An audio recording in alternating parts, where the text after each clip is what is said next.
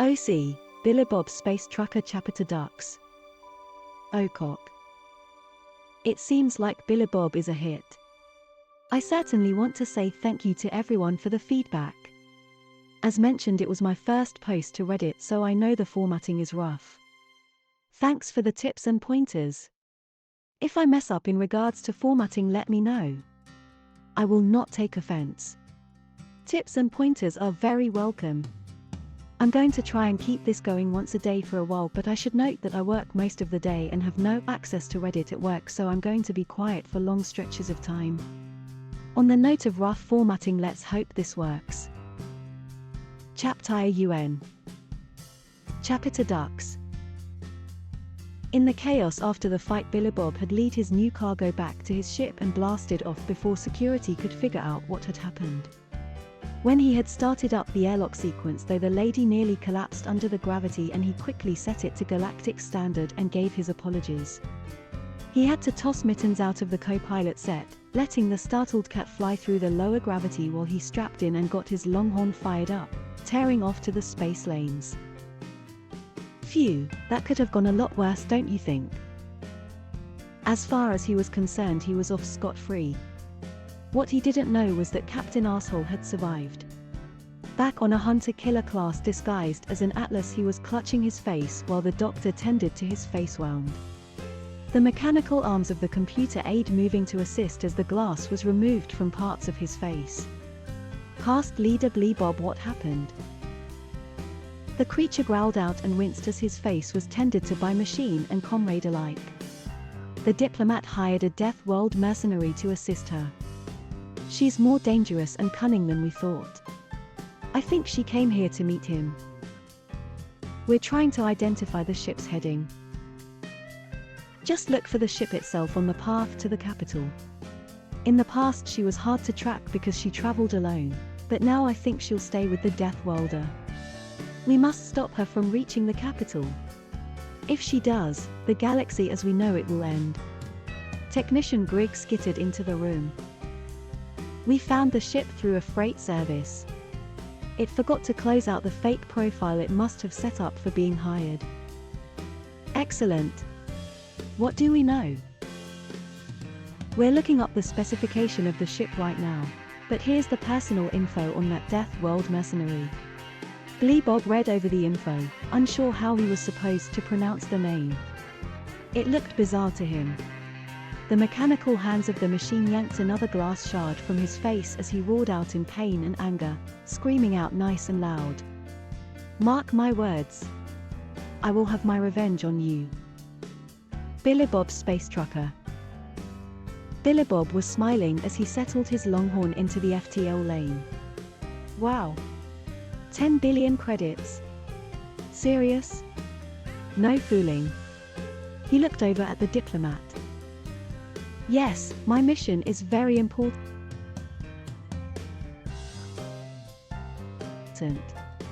My people gave me a large sum of money to get to the capital. 10 billion credits. Indeed. 10 billion. Yes. Billion. With a B. I think you're referencing letters. My translator is confused. Alright.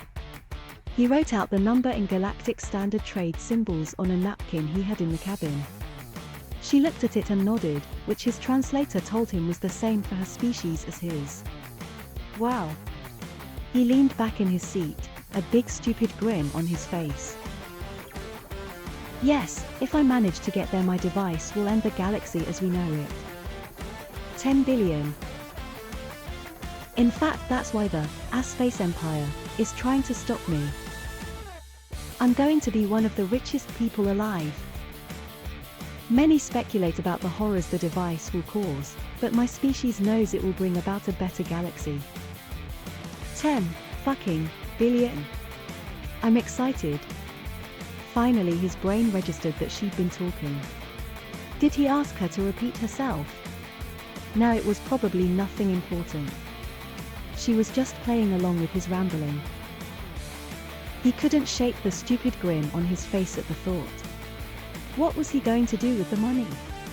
Besides, buy himself a bigger ship. Wait, what if he spent all the money on the biggest possible ship he could buy? But then he'd need a crew. Shit, He pondered his impending wealth as she spoke up, and he finally listened. Excuse me, but this isn't heading towards the capital. He looked over his heading for a moment, thinking about the route in his head.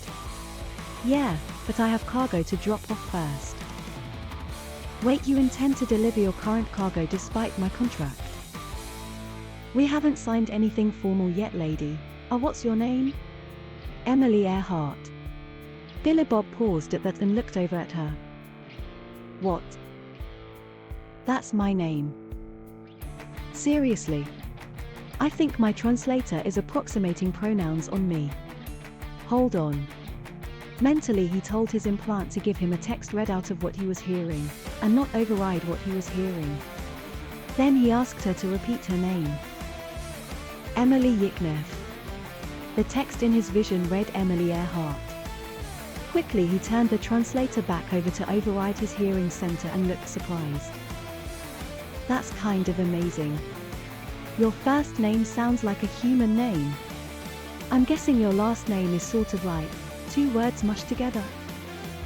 With that she nodded. It is unusual then. Most other species have very different names. Stuff that's impossible to pronounce. He laughed at that. Shit right they do, lady. Well, nice to meet you, Emily. I'm BoB. She blinked at that for a moment, seeming a little confused. HM. That's similar to a name used by the ass faces.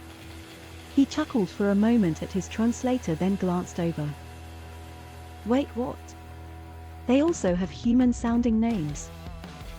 Is the term human meant for your species? Or a specific clan? Species. I'm from the American clan. Best fucking clan there is. Well, then if your species all have the same names. Well, okay, they're mostly like American names then. But it would be like if some Korean guy met an alien named Kim. I know a Kim. Shut the fuck up. Did I say something wrong? Sorry, exclamation of surprise. Oh, my translator isn't totally set up for your species, it seems. Duly noted. BoB nodded to himself for a moment, impressed and amazed to find out that other aliens had good names.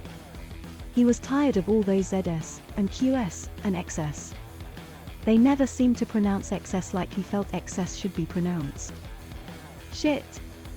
Xenos should totally be Xenos. Then he had to backtrack the conversation in his head since he realized they'd gotten off track at some point. Oh right. I'm heading to a colony to finish my current contract, yes.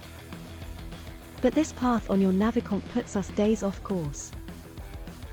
Yeah, well, sorry Emily, but I've never been late to a delivery, let alone skip one, so I'll get you to the capital after this. But I'm offering you 10 billion credits. Yes, and I appreciate that, but I'm not changing my mind on this. I have a reputation after all. The diplomat leaned back in her seat and then shrugged it off. Honor code? He nodded at that. Something along those lines. I can respect that. BoB was settled into the FTL lanes, moving along steadily with all the other traffic sticking to the gates set up by the galactic government. Opposing traffic to your left, keep right. Just like the roads back home. Aside from those Limmy's course. But if he refused to use metric, or worse yet space metric, then he wouldn't hold driving wrong against them. Couldn't pull that shit in an FTL lane though, hit someone going several times the speed of light. What would happen? A black hole. He wasn't sure and didn't intend to find out. He let out a sigh as he began to relax, figuring that they had another 2 space days of travel and he better get back into his groove. The diplomat looked ready to speak up when he heard the crackle of his FTL prox band receiver. Breaker breaker big bomber, you got your ears on. This is Flying Snorlax. 4 to 10? BoB looked over at the diplomat for a moment. You're going to want to turn your translator off for this. It's just going to crash. The hooded figure stared at him as he pulled up his prox band mic. That's a 10-4 flying Snorlax. I've got my ears on. Didn't know anyone else was around these parts. I heard you had a 99 out here. I'm Alice in Wonderland at the moment. My 01 is supposed to be us past the gas factory. But everything I'm seeing is headed down Burrito Bog, or back to the armpit. Shit Snorlax, you gotta hang a bugs at the turd bowl, and throttle on down to double nickel on the local dirt roads. Shit. I've run out a big road. Sure have. Alright Big Bomber. Hey, I sent you a packet of my recent turns. Got yours? BoB tapped a few button on his console. Sent it on over, good buddy. Right, well I'm heading on out, good buddy. Need to find the turd bowl and probably water the engines. 10-4, there was a beep as he received the packet of information and set his mic back down. 41 comments. Award. Legal op times 9 years ago times edited 1 year ago. Major Mary Sue. When he was finished, the diplomat was still staring at him. You're right, my translator crashed. Don't worry about it. That was some guy named Ted, friend of mine. He was lost trying to get to his first stop and heard I had a final stop out here somewhere. I gave him directions, then he sent me an info packet. What was in the packet? Turns for a game we play over FTL procs called Space Civilian Tycoons. Don't worry about it, he's a big of an insane gamer in that respect, plans out his moves way ahead. I really don't understand any of this. The figure shook her head. Space trucker stuff. It's basically a code. But more to keep things short than anything else. That was short. She asked to his quick reply. To us. Once more she shook her head. So, your species doesn't mind being alone in space? She asked him as he gave a smile. Not at all. Kind of nice. A little boring, but it's a nice enough way to make a living. Get to go to new places, look out across the void, and see some really gorgeous systems. To be honest, I thought our species was unique in this. All the crews I've seen need upwards of 50 bodies in order to feel comfortable. She nodded at that. It's not unique, just very rare. Something about being lonely in the void terrifies most species, or drives them insane quickly enough. But not yours either? She shook her head at that. No, we enjoy the solitude as much as company. Well, I'm new to the galactic scene, so you'll have to fill me in a bit on that sort of thing.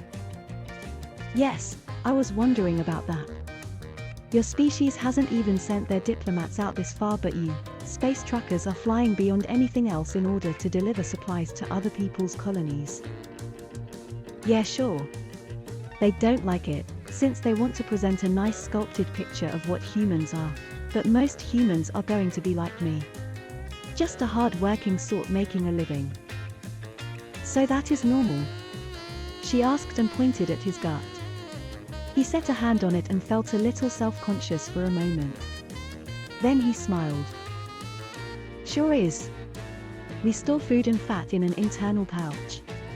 The mark of a healthy male is to have some bulk in this area to show we're well fed and strong. If we're missing one, then either we're malnourished or worse. Worse? Yeah, some humans have this rare disease where part of their brain is filled with regular meat. We call them meatheads. They work out too much and get really well-defined muscles. It's unhealthy and self-destructing, but they're still accepted in society because they can't help it if they have a disease.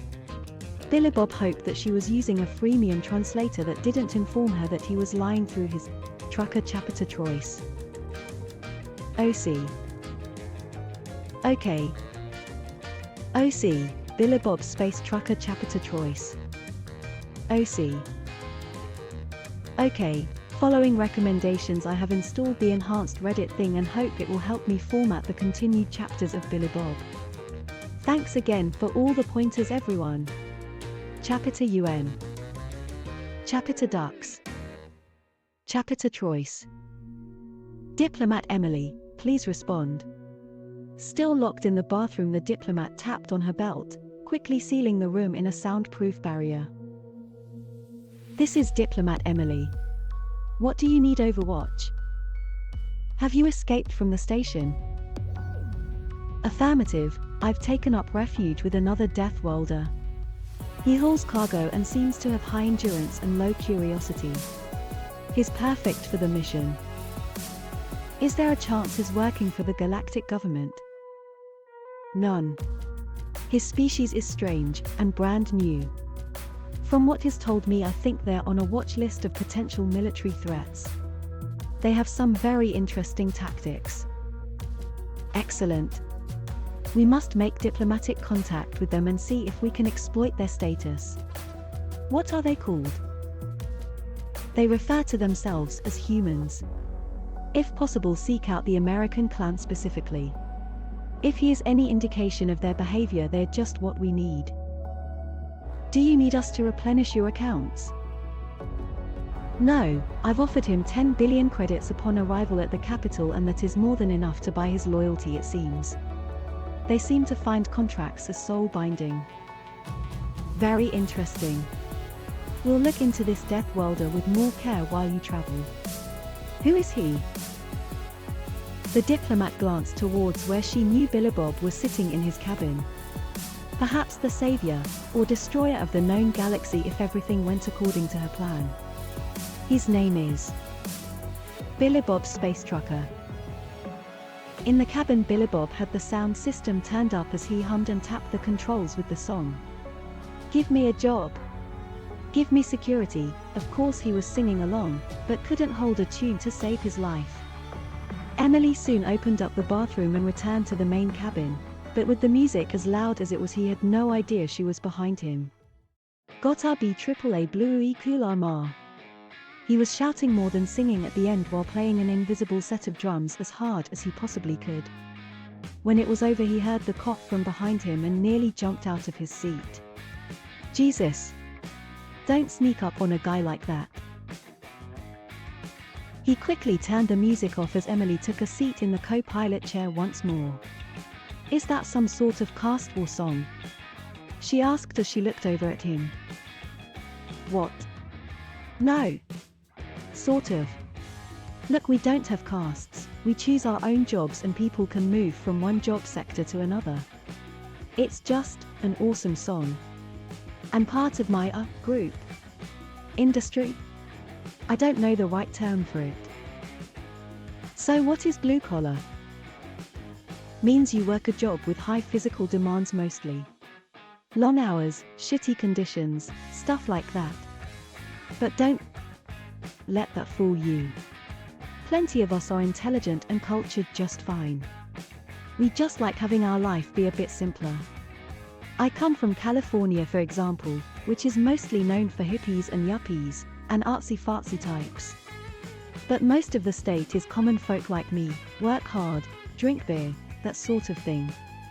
I never really bought into the other image of my home. Aside from becoming the captain of the dance team at school. I fronted all over the style of those guppy shits. Step up on my turf, you better bring it, or else I'm just gonna serve a YA so hard you might as well got an FD in the A. Emily was quiet as she stared at him. He lost me completely halfway through. He waved a hand at that. Never mind, not important. So what's up with this ass-face guys? The who?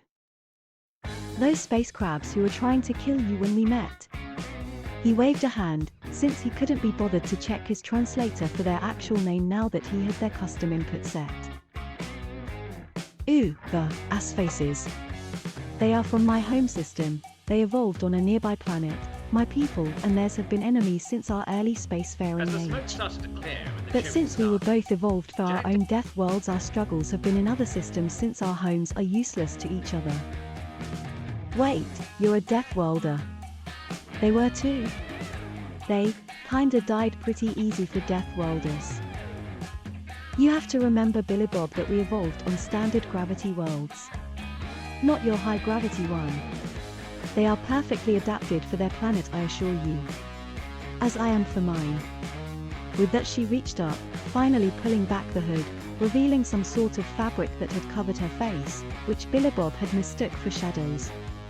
He gasped as she revealed a sleek-looking head covered in soft white down, with a pointed muzzle that had a few sharp teeth exposed, and one eye on each side of a pointed face. She looked like a bald eagle. And he had seen her fly. A space eagle. That's awesome. He quickly got up from his chair, rushing back to the fridge in the cabin, and returning with a can of beer and handed it to her while she looked confused. Here. Just say, I'm an embodiment of freedom and liberty and I love America. Emily looked at the metal can being held in one of her hands and back up at Billy Bob. I'm an embodiment of freedom and liberty and I love America. Fuck yeah. He gave her 2 thumbs up while grinning like a maniac. What's in the can? Beer. You said that before, it doesn't translate. It's carbonated alcohol, yo. He was about to go on when she popped the tab, and then bit the side of the can in order to suck the beer out with surprising speed. He stood there, wide-eyed and open-mouthed before she finished the beer and slammed the empty can against her forehead to crush it. Fuck yeah. Mittens jumped behind him at the sudden yell, but Billy Bob wasn't paying attention to his cat at this moment. You are awesome, lady. You are the best fucking diplomat I've ever met in my life. How did you know how to do that? My people consume alcohol like that in a ritualistic fashion. It's to show trust that you aren't giving us a lethal dose of alcohol. I like the carbonation though, that's new. What's it for? Helps get you drunk faster. He smiled and lifted a hand, open-palmed in the air in front of him. Nothing happened. Then he pointed to his open palm. Hit my palm with your palm. There was a pause before Emily reached up with one of her hands and tapped it against his. Harder. She repeated the motion with more force this time. That's a high five. We do that to show excitement and joy. Interesting, why? I don't know. He was too excited to be anything other than loud and enthusiastic at this point. When she pointed behind him at Mittens, he picked up his startled cat before she could say anything. This is Mittens. That's his name. He's a cat. Specifically a Martian marauder. Cats are animals of varying size on my home planet. They're fuzzy and if you pet them they purr. They show affection by harming you just a little. They eat meat. He gave the creature a firm belly rub as it squirmed and then tossed it back onto his bed. The cat looked like it had been gravely disgraced and began to clean his fur. Why are you so excited? Because you're awesome. All these damn Xenos I meet have shitty names, and shitty customs, and shitty attitudes about shit. But you look like a bald eagle, you shotgun beer like a pro, and have a good goddamn name. Emily looked slightly to moderately confused but nodded slowly as he seemed far too excited over this. Well, sorry if I'm a little too eager and loud, lady. Just never met such an awesome Xeno before. Still grinning like an idiot, he got back into his seat to check they hadn't drifted off course or anything life-threatening. Well, then I guess we're off to the start of a good friendship, Billy Bob. Fuck yeah we are. So, how long do you drive in between breaks? We've been moving for about 3 hours. Do you require time to rest or sleep? Not just yet. After eating I go about 6 hours before eating again. Roughly. Then I'll sleep about 3 hours after that. Roughly. How about your species? I should take a nap soon then, and wake up when you're ready to eat. Do you have other bedding? She looked back at the single bunk further back in the cabin where Mittens was performing some yoga as he licked himself. Can I move him? Yeah, just boot the fuzzbutt to the ground. Emily moved back towards the bunk and Mittens looked up at her. She looked back. Then they engaged in a staring contest. Unblinking space eagle against unblinking cat. The tense confrontation behind him was lost on BoB as he brought out some headphones so he could listen to music while she took a nap. Working man time. The staring contest behind him finally ended as Mittens broke first and Emily tossed him off the bed in victory. Regal Legal Eagle Op times 9 years ago times edited 1 year ago. Major Mary Sue. The cat huffed and quickly climbed up onto BoB's lap for consolation petting while the tracker bobbed his head to the tune and kept their ship from drifting into any other ships traveling through the FTL lane. It hardly seemed like 3 hours when BoB felt something tap his shoulder and he jumped up, sending Mittens flying through the lower gravity cabin and up onto the dash. Oh right. He pulled off his headphones as Emily stared at him. Sleep well. I'm a little surprised. You drove for 3 hours more without any real company? Yeah, sure. No problem at all. I once had to drive a double about 30 arses out of my way to avoid some local smokies and make it to my 99 on time. No sweat. He paused as he saw Emily's blank stare. I drove all day to make a detour around Space Cops. See, how is that not easier to say than what you said before? It's a space trucker thing. Wanna get something to eat? The Space Eagle shrugged and he turned back to his controls, picking the annoyed Mittens up and setting him on his lap so he could start spinning down the engines and pull out of the space lane to get to a refueling station. Hey, how common are spacefaring death worlders anyway? I was thinking about it while you were sleeping. We are fairly uncommon but not unique, and most are highly adapted to one specific climate. Your species seems to be fairly resilient and adaptable, however. Yeah, that's humans for YA. He pulled his longhorn out of the FTL and brought it into dock among the multitude of larger Xeno ships. His looked lost among the Atlas-class cargo trawlers, and more specific local variants, but he really didn't care.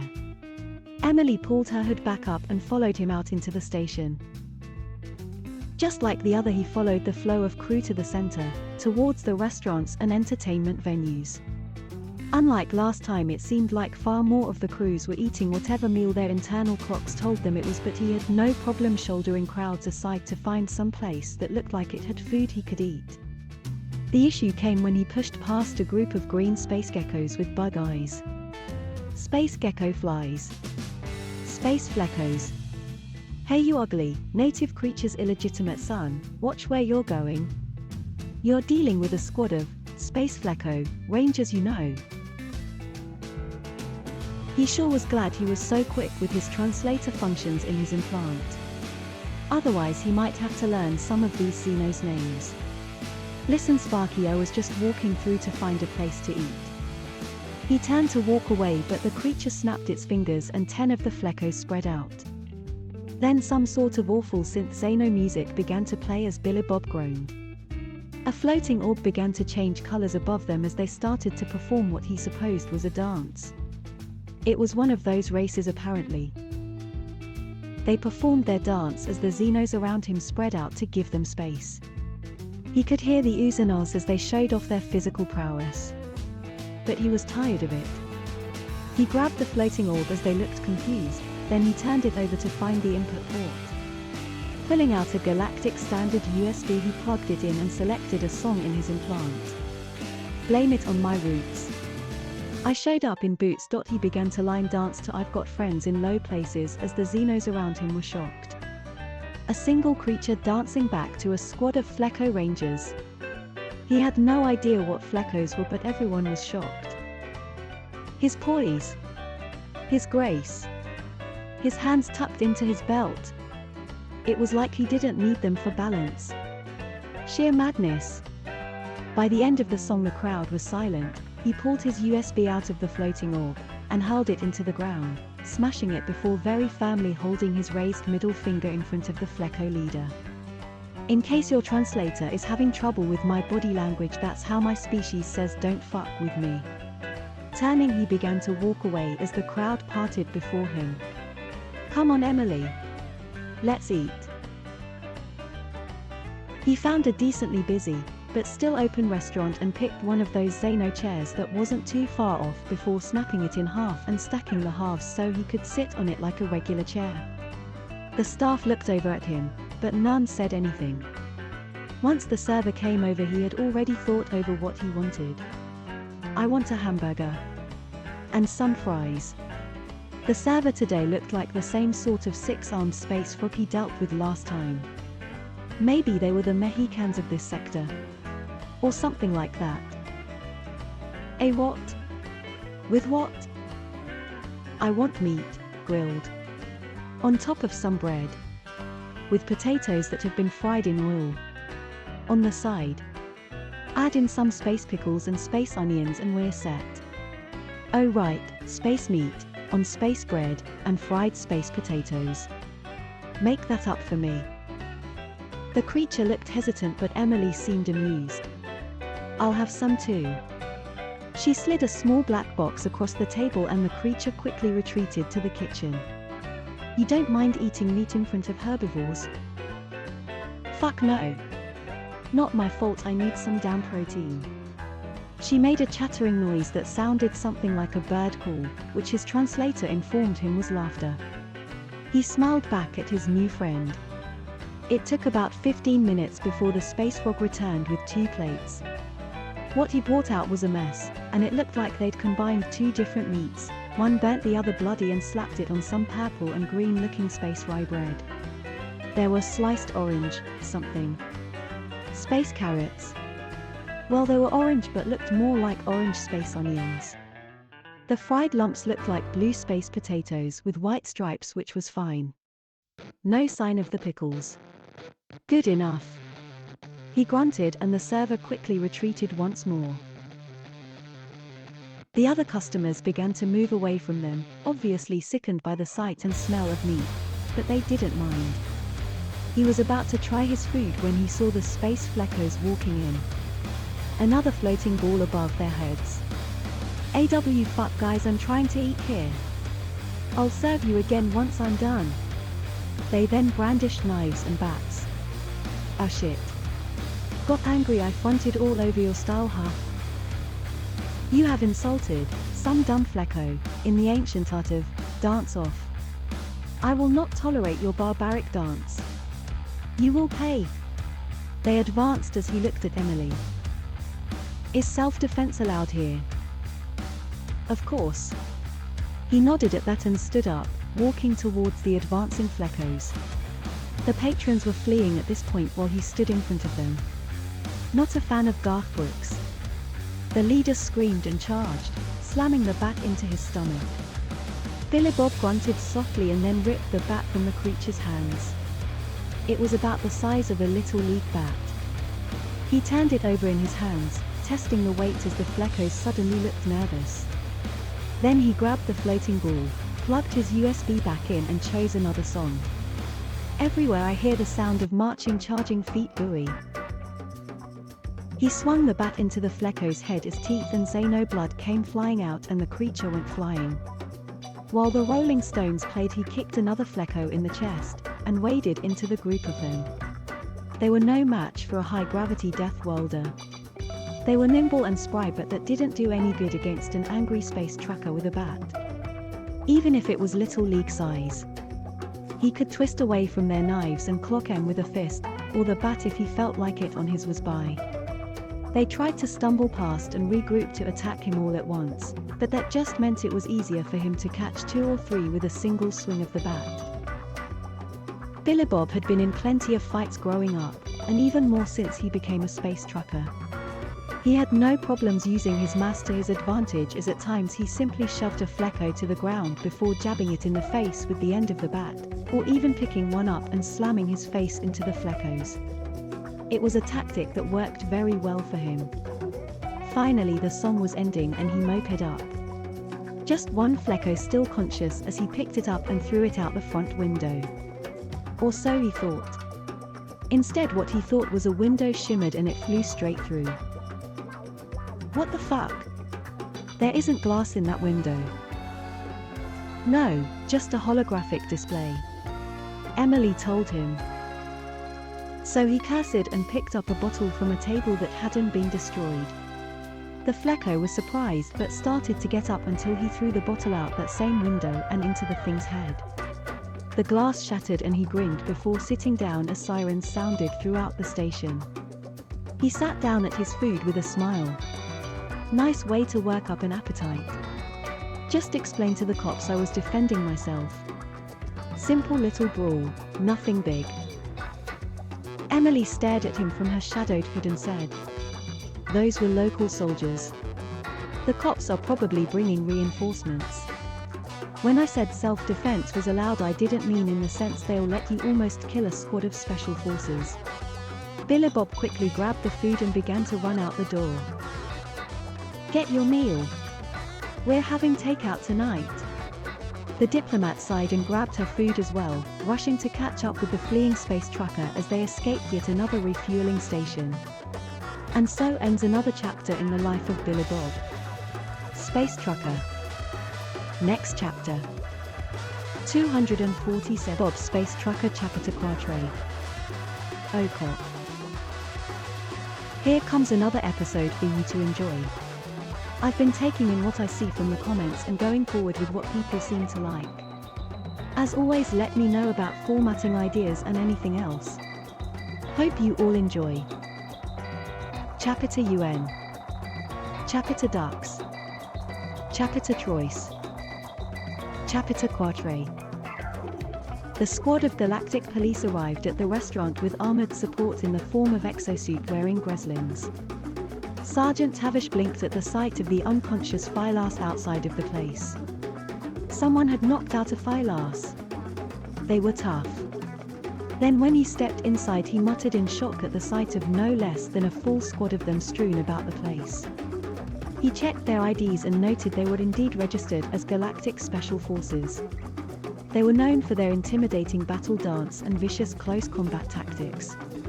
Something had laid them out. Perhaps a Vekish ambush. Rival Phylas squad maybe. The place was empty since the clients and staff had all run away the moment the fight started. He didn't blame them. This place must have been filled with combatants. Technician Kevnor. Find the security footage. We need to know if we're dealing with a full attack or just an isolated incident. The gremlins in their exosuits spread out through the station, computers scanning for targets in case they were attacked. The technician connected to the security terminal behind the counter and began to play back the video. Sergeant, you need to see this.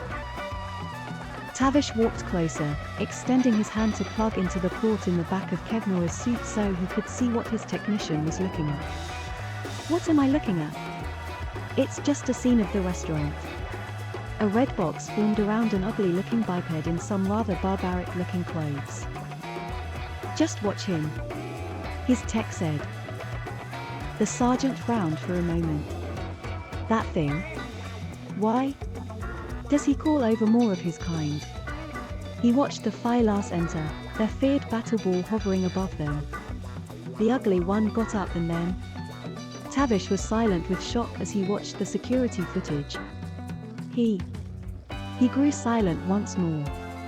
His mouth hung open within his sealed exosuit. That's... Then he saw the figure pick up a bottle and hit the Phylas outside with it. He didn't have a computer aiming aid. How did he do that? It was dead on target. And the force of the throw. No creature could throw something like that so accurately without the assistance of a computer and decades of training. Finally he noticed the other figure as the two of them ran off with the food. Kevnor. Zoom in on that one. What is it, sir? Tavish gulped nervously. Few know that figure. Those are Death Welders who might possibly be the greatest threat to the galactic government we've ever known, and that's a diplomat. With a new Death Welder, by deity responsible for the dead, we need to inform the capital at once. What can you tell me about that ugly one? The technician was already printing out what he could find on the docking manifest. Sir, from what I've got here, that ugly barbarians is known as BoB Space Trucker. Billy Bob and Emily were eating their meals as he got the Longhorn back into the FTL lane so he could get out of the area before the local smokies caught up. Ish not biadu. Emily was saying as she snapped up pieces of the space meat on space bread, and had a few nibbles of the space veggies. Billy Bob had to agree with her as he nodded. The two different kinds of meat were a little odd. It was sort of like having a tri-tip on top of pork, but overall not bad. The fried space potatoes were hot and a little bit too big, but otherwise not bad. Ishod chew get good meat, he said as he chewed on the makeshift space burger and then finally swallowed as he nodded his head back at the fridge. Hey, can you see if I have any more beer in there? Emily extended her neck a little as she swallowed and then shook her head swiftly for a moment, much like he pictured a bird might. MHH, is it wise to consume alcohol and drive? You shotgunned a whole can and you're fine. She looked thoughtful for a moment and then rose out of her seat to walk back and check the fridge, two of her hands pulling the door open while the other two held her meal. MMHHH, just one? And something cool. Juice Springsteen. Billy Bob nodded at that. Yeah, the drink for the beverly man. Just bring me that and you can have the beer. He heard the crack of a can followed by the crinkle of the aluminum as she bit it. He shook his head slowly as he thought about just how fucking cool it was to be traveling through space with a fucking space eagle as his passenger. And one who shotguns beers like a fucking pro. She walked back up to the front, handing him a can in one hand while the other three handled her beer and food. As she sat back down, he cracked open the Juice Springsteen and gave a long slurp. How come you drink in small doses like that? He glanced over and shrugged while balancing the space burger on his lap. I don't have a mouth shaped like yours. It's more difficult to do what you do. She shrugged at that for a moment.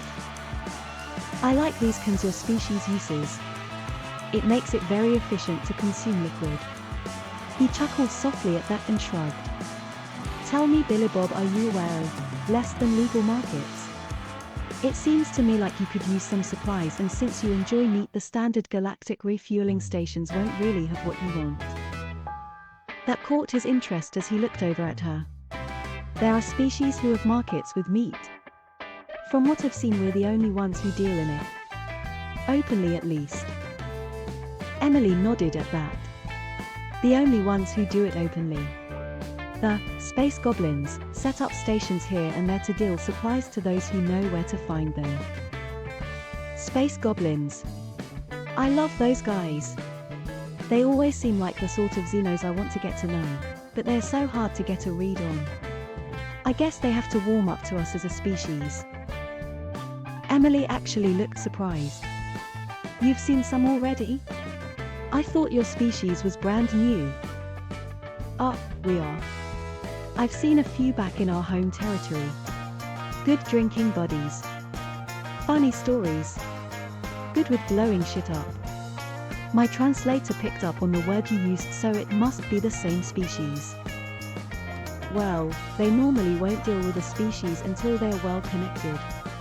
So they must see something special in you humans. A good deal probably. So, is there one of these stations nearby?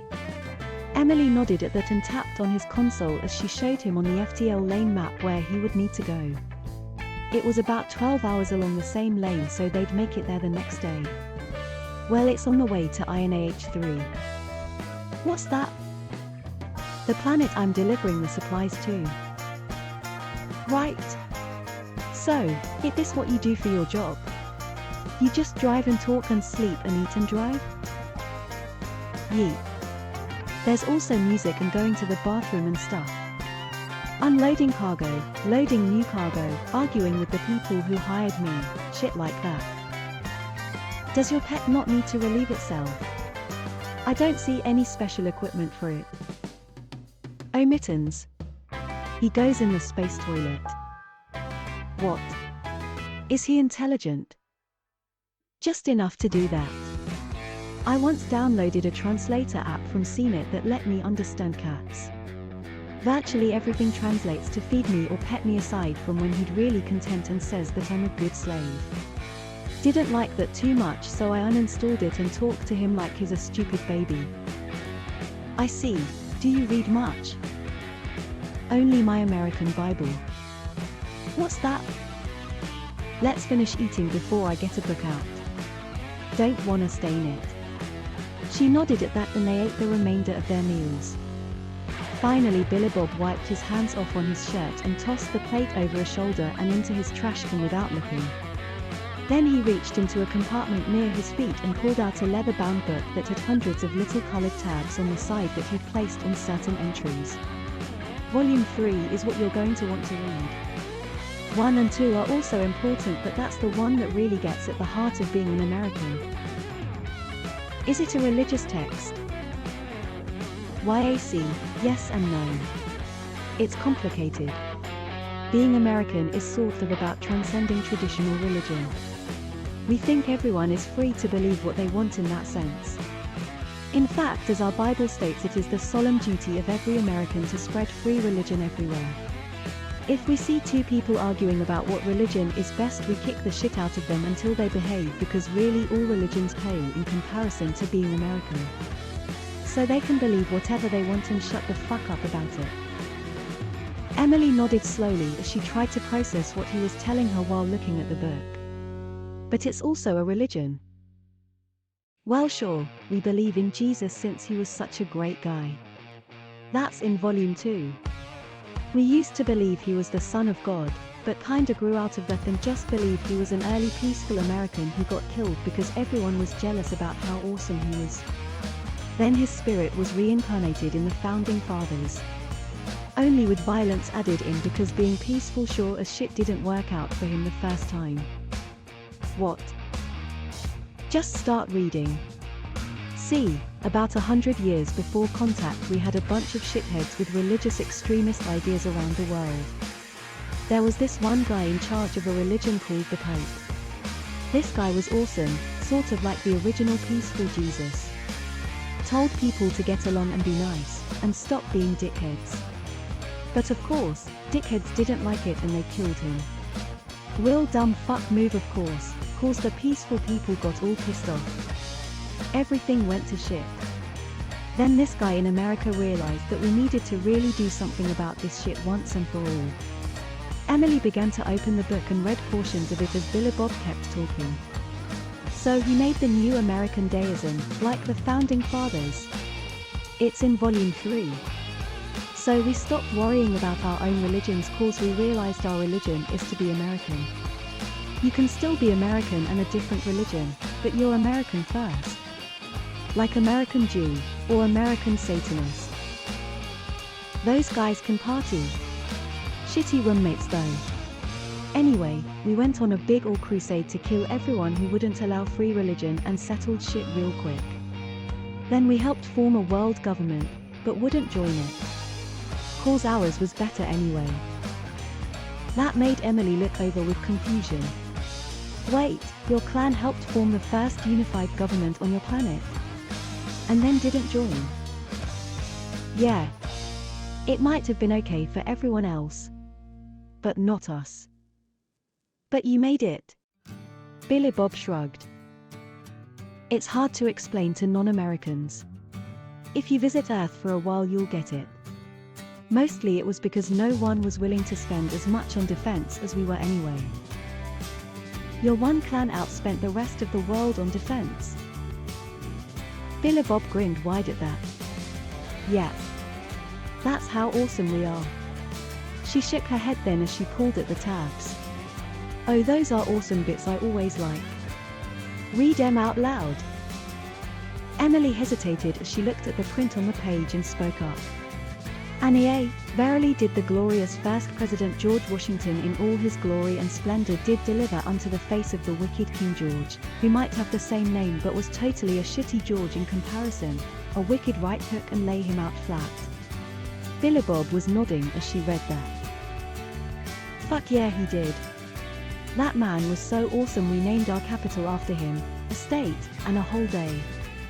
He's on our money, and we made him a monument to show that he had the biggest dick of them all. He was a lifetime ruler. No. That's how awesome he was. Fuck, I love reading about him and the other founding fathers. The second president was pretty boss too.